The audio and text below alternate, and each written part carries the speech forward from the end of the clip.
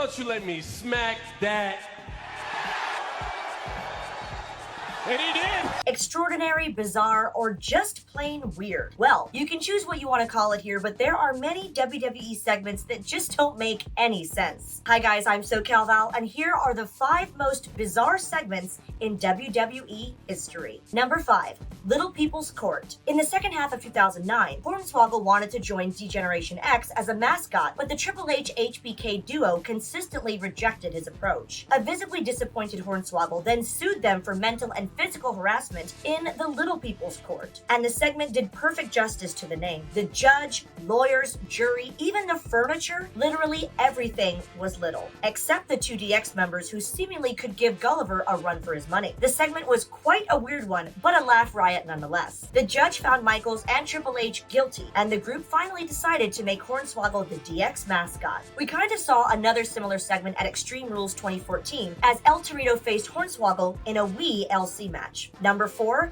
Goldust flirts with The Undertaker. It's fair to assume that Goldust is one of the most intriguing characters that the WWE has ever created. The bizarre one has been involved in numerous segments when you're just left wondering, what the heck was he doing? And that's exactly what many WWE fans were thinking about on an episode of Monday Night Raw featuring Goldust and The Undertaker. During this segment, Goldust decided to slowly crawl around The Undertaker's body inside the ring and seemed to grab a hold of, well, you know, making some enticing gestures toward the WWE universe to sell his act. The Undertaker seemed quite irate after the segment and had to be calmed down by Bruce Pritchard himself, who told him that it was his idea and it was all for fun. Thankfully, Taker didn't chokeslam anyone backstage that we know about. Number 3, Vince McMahon's limo explosion.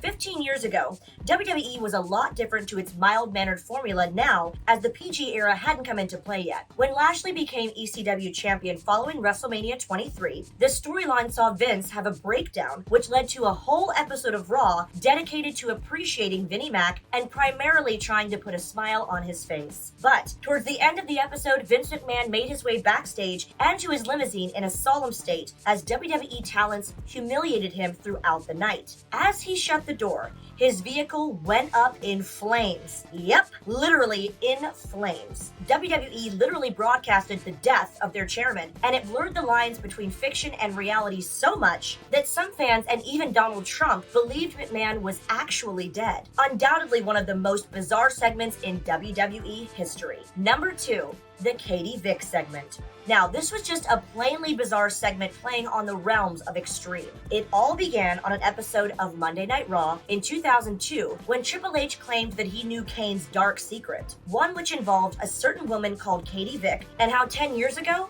Kane killed her. But the real insanity happened 2 weeks after, when Triple H showed some video footage of Katie Vick's funeral and of him wearing Kane's mask as he addressed the body. He would then go on to touch the body inappropriately, to the horror of many WWE fans. Many fans complained about an element of necrophilia in this segment and the storyline as a whole, which led to WWE pulling the plug on it. This is one of those segments that WWE probably wishes they could forget. Number 1, Vince McMahon has another son? As the WWE reeled from the sobering news of the Chris Benoit tragedy, Raw tried to rebound in the summer of 2007. This time around, the mystery revolved around Vince McMahon's illegitimate son. WWE spent weeks teasing names such as Batista, Mr. Kennedy, and even Jonathan Coachman. On a highly anticipated Raw on September 10th, 2007, McMahon invited the entire locker room for the big reveal. And in the end, the illegitimate son was paid off to be none other than Hornswoggle.